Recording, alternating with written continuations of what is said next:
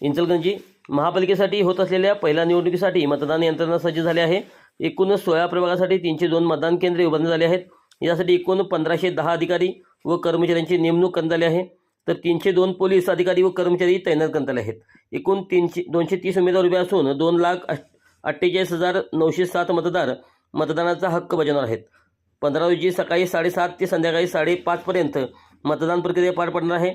Machine व कर्मचाऱ्यांना पोहोचवण्याकरता 72 वाहनांची सोय केली आहे।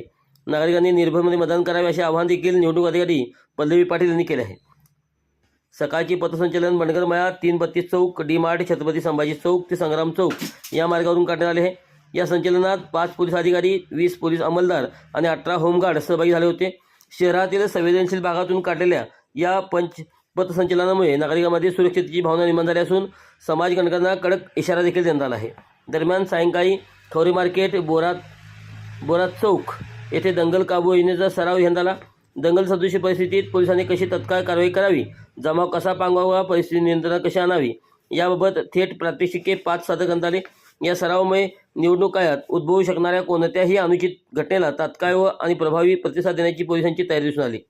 या उपक्रमावेळी अप्पर पोलीस अधीक्षक अण्णासाहेब जाधव, पोलीस उपाधीक्षक विक्रांत गायकवाड, पोलीस निरीक्षक शिवाजी गायकवाड, सचिन सूर्यवंशी, महेश चव्हाण यांच्यासह मोठ्या संख्येने पोलीस अधिकारी व कर्मचारी उपस्थित होते।